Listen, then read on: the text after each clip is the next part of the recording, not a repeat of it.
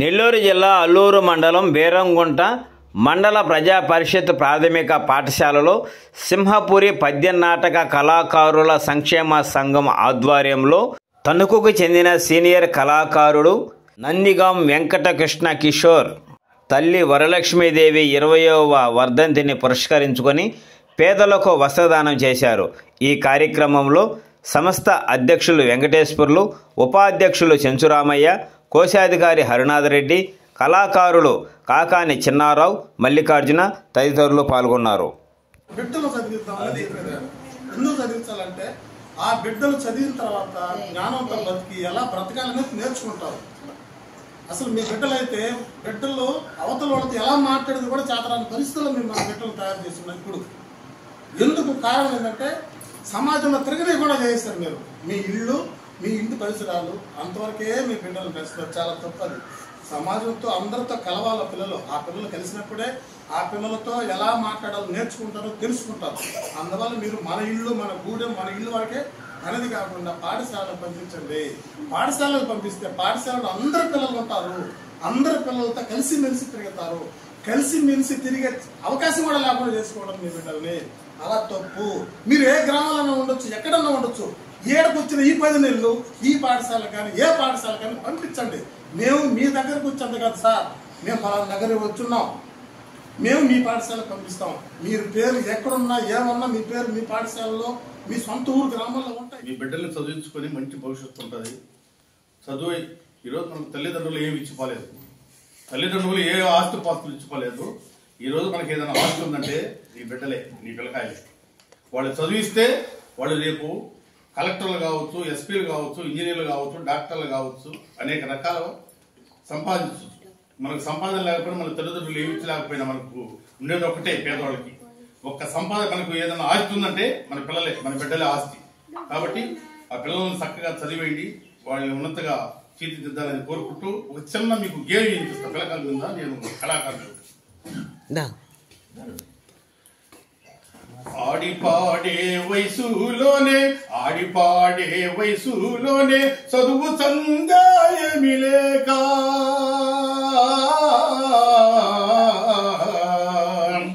ఆడిపాడే వయసులోనే చదువు సందాయమి లేక, గుర్లుగాసి బర్లేగాసి చిన్ని తమ్మయ్యా, నువ్వు గేదెలల్లో కలిసినావా చిన్ని తమ్మయ్యా, నువ్వు గేదెలల్లో కలిసినావా చిన్ని తమ్మయ్యా.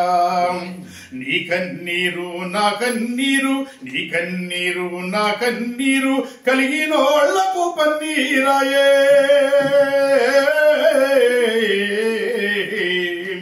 ఒంటిగా ఓ సోగం పెట్టే చిన్ని తమ్మయ్యా, నీ దంటగా నేనుంటారో చిన్ని తమ్మయ్యా, నీ దంటగా నేనుంటారో చిన్ని తమ్మయ్యా. మన్నుటండాలో రిక్షా దొక్కి, మన్నుటండాలో రిక్షా దొక్కి శోస వచ్చి కింద పడితే, మన్నుటండలో రిక్షా దుక్కి శోస వచ్చి కింద పడితే, కలిగినోడి కారే బొయ్యను చిన్ని తమ్మయ్యా, నీ కాలు ఇరిగి కుంటోడైతివి చిన్ని తమ్మయ్యా, నీ కాలు ఇరిగి కుంటోడైతివి చిన్ని తమ్మయ్యా. నీ కన్నీరు నా కన్నీరు, నీ కన్నీరు నా కన్నీరు కలిగినోళ్లకు పన్నీరాయే, ఒంటిగా ఓ సోగం పెట్టే చిన్ని తమ్మయ్యా, నీ దంటగా నేనుంటారో చిన్ని తమ్మయ్యా, నీ దంటగా నేనుంటారో చిన్ని తమ్మయ్యా, నీ దంటగా నేనుంటారో చిన్ని తమ్మయ్యా. జన్మించినటువంటి తల్లిదండ్రులు రుణం తీర్చుకునేదానికి ఈ రూపేణ పేదలైతే ఎవరైతే ఉన్నారో ఆ పేదలకి వస్త్రదానం ద్వారా మా తల్లిదండ్రులు రుణం తీసుకున్నామనే ఉద్దేశంతో మరి పశ్చిమ గోదావరి పెను గురించి మన నెల్లూరు జిల్లాకు వచ్చి మన ఆయన సహాయ సహకారాలు అందిస్తా ఉన్నాడు. ఎంతో దయాహరుడు. ఈరోజు మా కళారంగం ఉంది. కళారంగం అంటే ఈరోజు అనేక కళలు ఉన్నాయి. ఈరోజు డ్రామా ప్రోగ్రాం, వీధి భోగాతాలు, బుర్రకథలు, తోలుబొమ్మలాట్లు, హరికథలు, అదేవిధంగా గిరిజన నృత్యం. మీకు తెలుసు ఎల్లకొండలో చాలా మంది గిరిజనులు గిరిజన నృత్యం ఇవన్నీ కూడా మేము ఆ కళలను ప్రదర్శిస్తూ ఉంటాం దేవాలయాల కాడ అనేక బ్రహ్మోత్సవాల సందర్భంగా ఇవన్నీ కూడా. ఈయన కూడా అదో ఈ కింద ఉన్నటువంటి ఫోటో ఎస్వి రంగారావు ఉన్నట్టున్నాడు, అది చూడండి. ఈయన ఫోటో అయింది వెంకట కృష్ణకిషోర్ గారి ఫోటో. అది ఈయన ఒక కళాకారుడుగా ఉంటూ మా నెల్లూరు జిల్లాలో సింహపురి పద్య నాటక కళాకారుల సంక్షేమ సంఘం ఏర్పాటు చేసిన తర్వాత మొట్టమొదటిగా మరి గత 5 నెలలు ముందు వారు తండ్రి గారైనటువంటి పేరు మీద మా సింహపురి పద్య నాటక కళాకారుల సంక్షేమ సంఘం ఆధ్వర్యంలో కళాకారులందరూ కూడా చీరలు, అదేవిధంగా మగవాళ్ళకి పంచెలు, చొక్కాలు కూడా పంచేటటువంటి ఘనత వెంకట కృష్ణకిషోర్ గారిని. అటువంటి దయాహృదయుడు, అటువంటి సేవాభావం ఏదైతే మనకు 10 రూపాయలు కలిగినప్పుడు ఆ 10 రూపాయలు ₹1 పేదల కోసం లేదా గిరిజనుల కోసం, మరి ఎస్సీ ఎస్టీ బీసీ మైనార్టీల కోసం ఖర్చు పెట్టే గుణవంతు మరి ఈరోజు ఆ త్యాగశీలి ఈరోజు మన ముందుకు వచ్చి వాళ్ళ తల్లి గారి పేరు మీద ఈ నెల్లూరు జిల్లా తణుకులో చేయొచ్చు. తణుకులో ఇటువంటి మంది పేదలు చాలా మంది ఉంటారు, కానీ ఆ జిల్లా వదిలేసి నెల్లూరు జిల్లాలోనే ఆయన ముందు తెలియజేసి, ఆయన ద్వారా అందరికి తెలియజేసి నెల్లూరు జిల్లాలోని ప్రతి సంవత్సరం కూడా 2-3 కార్యక్రమాలు చేసి మరి ఈ కళారంగానికి తోడ్పాటు అయ్యి మరి ఈ కళారంగాన్ని అభివృద్ధికి ఆయన సహాయంగా, ఆయన వంతుగా అనేక కార్యక్రమాలు సహాయ సహకారములు చేస్తూ ఉంటాడు. కాబట్టి ఇటువంటి కొడుకులు తల్లి కడుపున తండ్రి కడుపును పుడితే ఈరోజు ఎంత ఆనందంగా ఉంటుందో మీ అందరికి కూడా తెలియాలి. కాబట్టి ఆ వచ్చినటువంటి మరి నందిగామ వెంకట కృష్ణకిషోర్ గారికి మన బేరంగుంట గ్రామ తరఫున, అదేవిధంగా ఈ స్కూల్లో ఎంతో చక్కగా మరి ఈ ఆర్ట్లో ఎన్ని చూసినప్పుడు గతంలో ఈ ఆర్ట్లో ఎంతో కష్టపడి సెలవు రోజుల్లో కూడా చంద్రరామయ్య గారు నేను 2-3 రోజులు వచ్చాం ఇక్కడికి. ఇంత చక్కగా, ఇంత వాతావరణం, ఇంత పరిశుభ్రంగా ఉన్నటువంటి స్కూల్ నేను ఎక్కడ చూడాల. మరి మేడం గారు, ఆ మేడం గారి గురించి కూడా నేను ఎల్ఎస్ఏజెడ్కి ఈ చుట్టుపక్కల గ్రామాల్లోనూ, ఇతర జిల్లాల్లోనూ, ఇతర రాష్ట్రాల్లోనూ అన్ని దగ్గర తిరుగుతూ కొన్ని వేల మంది పాలసీ చేయించున్నాను. ఆ రకంగా నాకు ఇతర పరిచయం అయ్యారు. నాకేం బంధువు కాదు, స్నేహితులు కాదు. ఆ పరిచయం అయినటువంటి సందర్భంలో నా వ్యక్తిత్వం, సార్ వ్యక్తిత్వం ఒకే రకంగా కలిసి అక్కడ ఇతను గత 20-30 సంవత్సరాల నుంచి కూడా ఎన్నో సేవా కార్యక్రమాలు చేస్తూ ఉంటే ఇక్కడ కళాకారులు, పేద కళాకారులు చాలా మంది ఉన్నారు. ఆ కళాకారులందరూ కలిపి ఒక సంఘం ఏర్పాటు చేయడం జరిగింది. ఆ ఏర్పాటు చేసిన సంఘంలో దానికి నేను కోశాధికారిగా ఉండడం జరిగింది. ఆ సందర్భంలో మా కళాకారులకు ఏదైనా చేయాలి అనే ఆలోచనతో వీటిని కోరాను. నువ్వు ఏం చెప్తే నేను అది చేస్తాను అంటే నా మీద ఉన్నటువంటి ఒక నమ్మకంతో ఆ విధంగా పోయిసారి ఈ విధంగా చీరలు పంపిస్తే, నేను ఉన్నది బురాన్పూర్ అని ఒక గ్రామం. ఆ గ్రామంలో ఉండేటువంటి యానాది సంఘం ఉంటుంది. ఆ సంఘంలో ఉండేటువంటి వాళ్ళందరికీ చీరలు పంచడం జరిగింది. మళ్ళీ సెకండ్ టైం మళ్ళీ బాగుతున్నప్పుడు మా కళాకారులు, పేద కళాకారులకి అందరికీ పంచడం జరిగింది. ఈసారి మళ్ళీ ఆ బురాన్పూరు, బుద్ధిపూర్, నెల్లూరు అక్కడంతా పంచాలని చెప్పి డిసైడ్ చేసుకుని అన్ని మేము ఏర్పాటు చేసుకుంటున్నాం, అన్ని మాట్లాడుకుంటున్నాం. ఆ సందర్భంగా చంద్రరామయ్య గారు ఆలోచించి, నేను మాట చెప్తాను, కొంచెం ఇంట్లో రాజు చెప్పన్నారు. ఏంటి సార్ చెప్పారంటే, నీవు చేస్తున్న కార్యక్రమం చాలా బాగుంది, కానీ అంతకంటే మరి అధ్వాన పరిస్థితిలో ఉన్నటువంటి కుటుంబాలు చాలా ఉన్నాయి. వాళ్ళకి ఇప్పుడు కూడా ఆ చుట్టుపక్కల ఉండేటువంటి చాలా మంది ఏదైనా సహాయం చేస్తుంటే అవన్నీ తీసుకెళ్ళి నా ముందు చేస్తూనే ఉన్నాను. అది చాలదు, వాళ్ళకి ఇంకా మరింత సహాయం కావాలి. ఒక్కసారి ఆలోచించి నేను ఇవ్వబోయే సహాయాన్ని మా నేనేకుంటాం ఆ గ్రామంలో ఈ అందరికీ చేస్తే బాగుంటుంది అని చెప్పాను. నాకు కూడా మా కిషోర్ గారికి నా మీద అంత నమ్మకం ఉందో, నాకు కూడా సార్ మీద అంత నమ్మకం ఉంది. అందుకని వాడు చెప్పిన దానికి వేరే ఆలోచించాను. సరే సార్, ఎంతమంది ఉంటారు ఏంటి చెప్పండి. చాలా మంది ఉన్నారు, మా స్కూల్లో గవర్నమెంట్ స్కూల్లో చదువుతున్నారని చెప్పండి. పేద కాదు, వాళ్లే కాకుండా చుట్టుపక్కల ఈ విధంగా ఊరి పేరు లేకుండా కూడా ఈ విధంగా ప్రతి తీరు కోసం కష్టపడుతూ ఉన్నారు అని అన్నారు. అందుకని నేను సార్ చెప్పంటే, మామూలుగా ఒక చీరలు పంచినట్టు ఒకరికి వస్తాయి. అలా కాకుండా పిల్లల కానించి పెద్దవాళ్ళ దాకా రకరకాలు అన్ని రకాల డ్రెస్సులు తీసి పంపించాను. వాటిలో ఈ రోజు మీకు అంతా కొంతమంది సెట్ అవ్వచ్చు, అవ్వకపోవచ్చు, ఉన్నవాళ్ళు తీసుకోండి. ఇది ఈ రోజు కార్యక్రమం కాదు, ఇది ప్రతిరోజు కూడా ఇంకా ఉన్నాయి చూసి ఇది ఈ అబ్బాయికి వరకు వస్తుంది, ఈ అబ్బాయికి వరకు వస్తుందని చూసి సార్ వాళ్ళు, మేడం గారు ఉండి మీరు డిస్ట్రిబ్యూట్ చేస్తారు. ఈ రోజు మీకు దొరికిన సార్ ఏం చెప్తారు, మీ పేరుకి లాగిన పర్వాలేదు, 4 లక్షల ముక్కలు నేర్పించండి ప్రకారం. అది మీరు సద్వినియోగం చేసుకోండి. ఆ పిల్లలు ఎంత చేస్తారు? సపోజ్ మీరు 10 రూపాయలు సంపాదిస్తే 1 రూపాయి సంపాదిస్తున్నట్టు, ఆ రూపాయలు లేకపోయినా పర్వాలేదు అనుకుంటే సార్ చెప్పిన వాటిని ప్రతి ఒక్క బిడ్డని పంపించండి. ఇక్కడ వాళ్ళకి భోజనం సరిపోతుంది. కాబట్టి ఇలాంటి కార్యక్రమం మరిన్ని జరిగేదానికి మరింత మంది ముందుకు రావాలని ఈ సందర్భంగా మన చిన్నారావు గారు స్పందించి ఆదివాసీ సహాయం చేయడానికి ముందుకు వచ్చారు. ఇలాంటి వాళ్ళు ఇంకా కొంతమంది ముందుకు రావాలని కోరుకుంటూ అంటే చాలా ఆత్మూర్తంగా తెలుసు సార్. మేడం గారికి మీకు ధన్యవాదాలు. నేను పిల్లలు స్కూల్లో చదివినండి. నేను ఉద్యోగం చేస్తూనే కూడా అనేక స్కూల్కి పోయి పిల్లలకి ఏమైనా కావాలని చేసేవాడిని. క్రిస్టియన్ పాటలు పాడుతాను, నేను కూడా డ్రామాలు కూడా వేస్తాను, రాలేను మాట. కానీ ఏంటంటే నేను నిన్న చెప్పి ప్రతి ఒక్కరు ఏంటంటే ఇంత మాత్రం శుభ్రంగా పెట్టుకున్న స్కూలు ఈ పడవూరు మండలంలో ఏకైక స్కూలు బీరంగుంట స్కూల్ అని చెప్పడానికి నేను ఆశ్చర్యాన్ని వ్యక్తం చేస్తున్నాను. చాలా గొప్పతనం ఇది.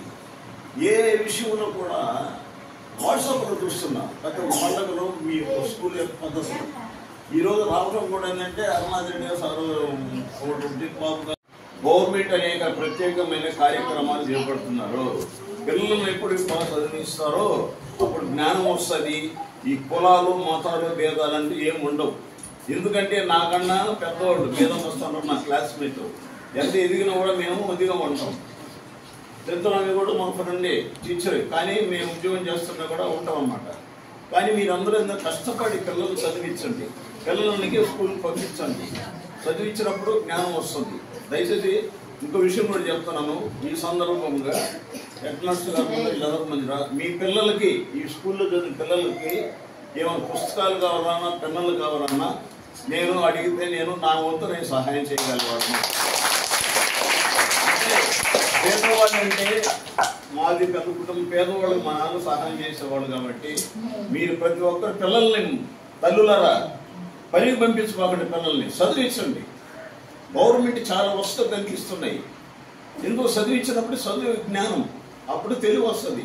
సమాజంలో అందరూ కలిసి మెలిసిపోతారు, వ్యత్యాసాలు ఉండవు. అందుకని పిల్లలు తల్లులకి ఏం చెప్తున్నానంటే వెట్టి చాకరీ పంపించకుండా పిల్లలను శ్రద్ధకు పంపించండి, శుభ్రంగా పంపించండి, స్నానాలు చేయించండి.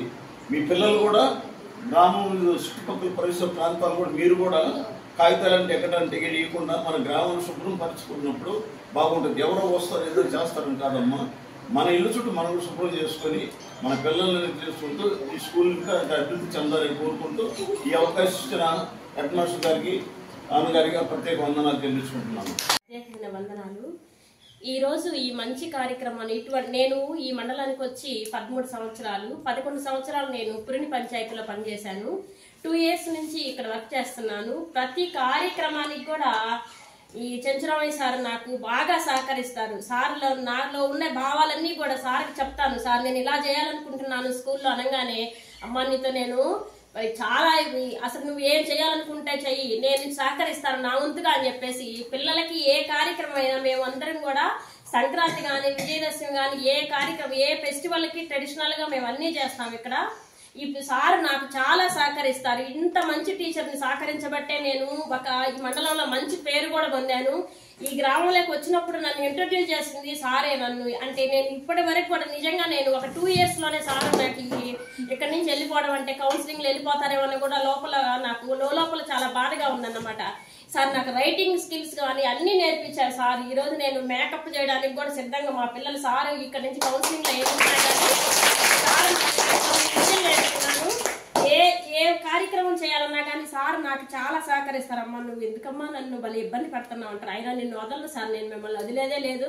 నేను మాత్రం అంటే సరే తల్లి నీకు దండం పెడతా, ఏం కావాలో చెప్పమ్మా అని చెప్పి తీసుకొని వచ్చి అన్ని వస్తువులు పిల్లలని ఈ రోజు మీరు బట్టీల పిల్లలు కాదు సార్, బట్టీల పిల్లల పేరుకు మాత్రమే. పిల్లలు చాలా బ్రిలియంట్ గా ఉంటారు, పిల్లలు చాలా నీట్ గా కూడా ఉంటారు. ఈ పిల్లలు అంత బాగా చక్కగా ప్రతి కార్యక్రమంలో బడి అంటే భయం లేకుండా చేసింది చంద్రరామయ్య సారు. ప్లస్ ఏంటంటే ఇక్కడ టీచర్లు కూడా చాలా సహకరించారు.